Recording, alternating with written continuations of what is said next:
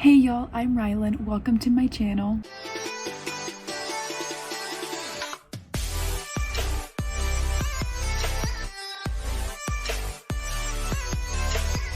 Today's video is going to be my February wrap-up / my March reading plans. I don't have a set TBR for this month, but I am participating in 3 readathons, so I'm going to talk about those really quickly. And yeah, I'm hoping this video is not going to be super long. I did read 16 books this month, and 16 books is kind of a lot, and I don't want to make this video super duper long, so I'm going to be more general and vague when I talk about each book that I read, and hopefully I can use my words well, because I tend to always say that a book was so good or so not good, and that's about all I have. So we're going to try to do a better job at reviewing the books that I read this month, and hopefully y'all can add some of these books to your TBR. I did read some very good books this month that I would 100% recommend, but I also read some very not good books as well, so that's okay. It happens, you know. I am going to go in the order of the rating that I gave the book, so I'm gonna go from 1 star up to 5 star. So if you want to only hear about my favorite books from this month, you can skip ahead to wherever, and I'll be talking about my favorite books from this month most likely. I did not have any 1-star ratings this month, which is really good, but I did have 2 2-star ratings. Number 1 is The Devil's Kiss by Gemma James. This is a dark romance, and it's about this woman whose daughter has leukemia and she cannot pay for her daughter's hospital bills, so she ends up embezzling from her work, and her boss finds out and offers to sign a contract during which she becomes his slave for 6 weeks, and if she does it, then he will pay for her daughter's hospital treatment in full, and she won't have to worry about that anymore. So she says yes because it's her daughter and she wants to do everything possible to make sure her daughter stays safe, and I didn't like it very much. I love reading dark romance. I love reading all kinds of dark books.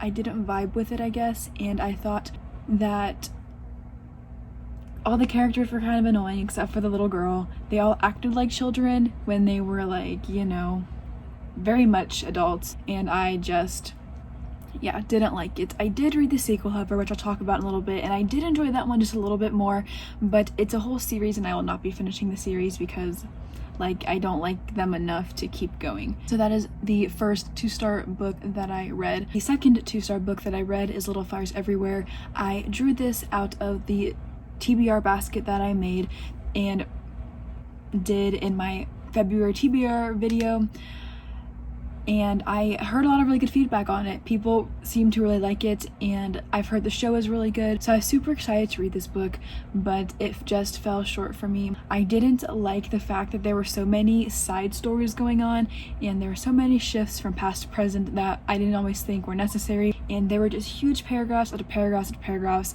and I definitely found myself skimming through a lot of the information that was given just because I didn't really care. Little Fires Everywhere is a contemporary fiction thriller about this family, the Richardsons, who live in a town in Ohio, and they have this apartment that they rent out to people. So when Mia and her daughter move in, they get really close to the family, but Mrs. Richardson finds out that this family that moved in, that the mom, Mia, she has secrets, she has a past, and when things in the present start coming out and everyone gets connected in some way, it's a mystery type of thing, but also not. And also it does have some very good commentary as well, especially when it came to one of the little stories that took place inside of the story, one of the side plots. But other than that, I don't know, I just wasn't super interested. I probably will watch the show when I have time, but other than that, I wasn't a huge fan. I had 3 3-star reads this month. Number 1 is Destiny's Embrace by Beverly Jenkins. This was the Book Boyfriends Book Club February pick for the month, so this was our first pick. I co-host that book club, and I was super excited to read it. However, it just fell short for me. It's about this young woman named Mariah who leaves her abusive mother and travels across the country to become a maid for this man named Logan who lives like a pig and just needs help like keeping his house together. So she becomes his maid and they end up like being enemies to lovers. But I don't know, they were just all so annoying.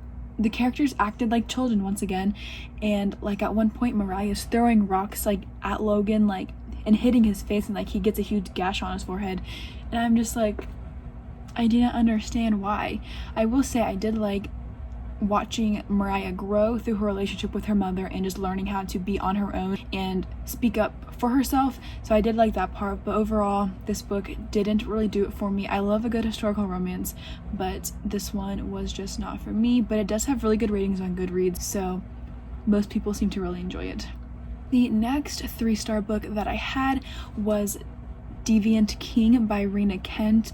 This is a dark high school bully romance, and let me say, I read the whole trilogy. It's actually a whole series, but like the first 3 books are about the same 2 characters, and when I say that I read that first trilogy in like 3 days, it was really good. However, the first book was definitely 3 stars just because the story was getting set up, but there wasn't enough tension or like stuff going on for me to be like super interested in it. But the book ended on a cliffhanger, so I had to keep going into the next book, and I really loved the second and the third books, which I'll talk about in a little bit. This series is about this girl whose name I don't remember anymore, and she goes to this elite high school, and the most popular guy, whose name is Aiden King, he like has his eyes set on her and he's out to destroy her. But turns out they grew up together.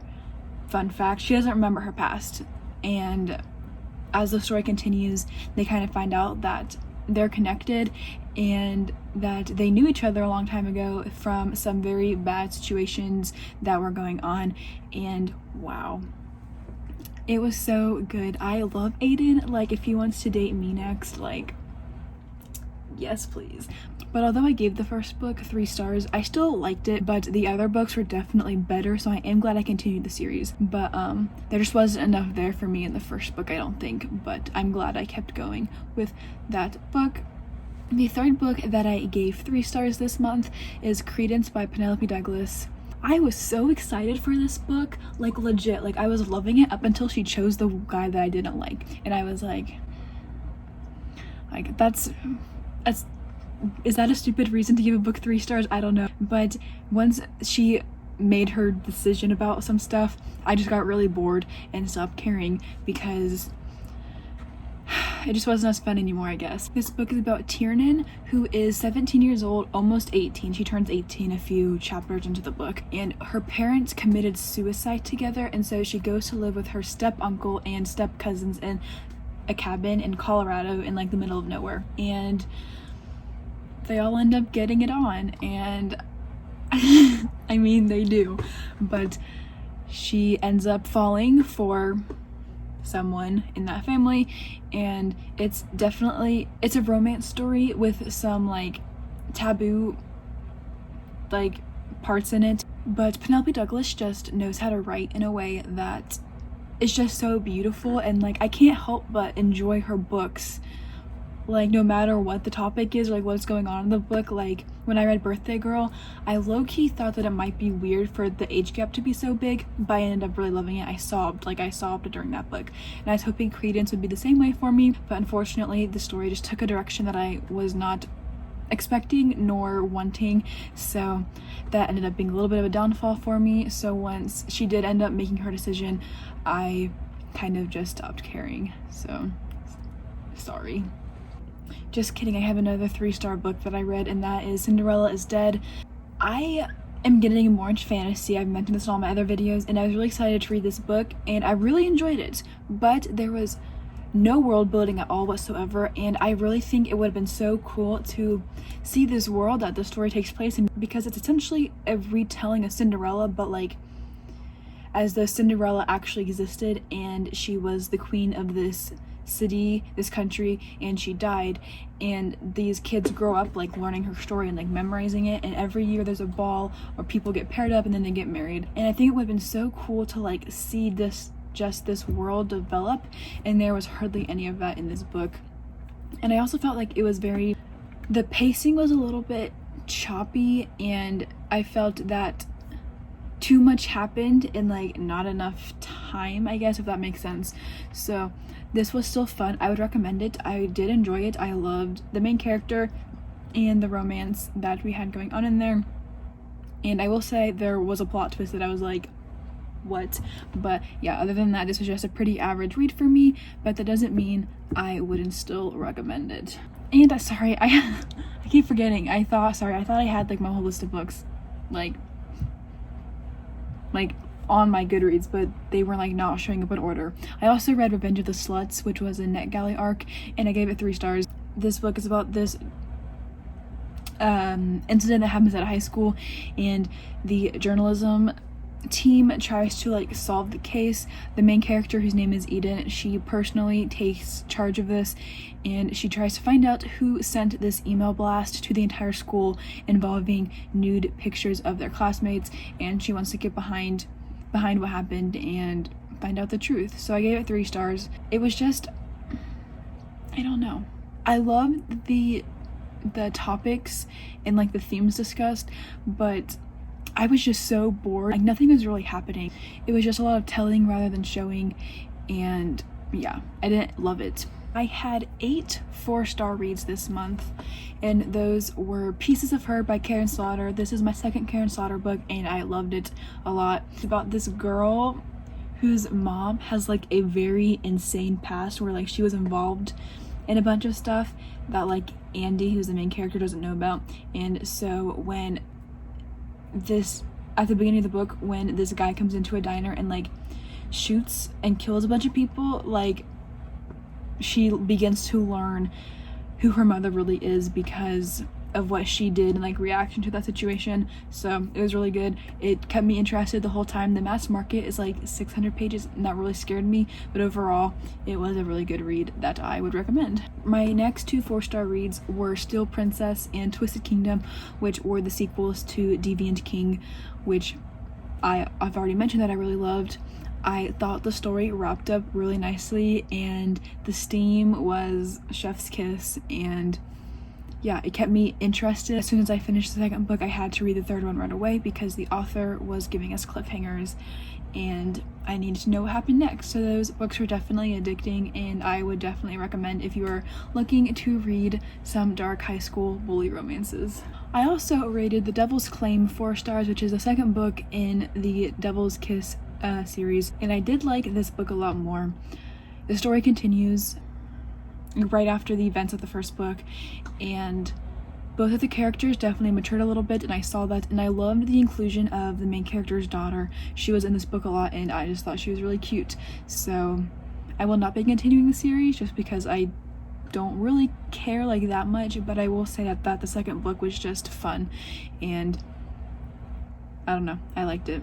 Next, I read The Devil in the Dark Water, and I rated this book 4 stars. This is a historical fiction mystery paranormal book, like all raveled into one, that takes place on a ship, and there's a lot of characters involved, and there's this like talk of a devil, and it was just really good. I really enjoyed it. I read this for Andy's book club, the Bookworm Lounge, and I'm really glad that it was picked because I probably would not have like read it otherwise, but because it was chosen, I got to read it, and I'm really glad that I did. I would absolutely recommend this book. It is a little bit on the longer side, but I thought it was really good.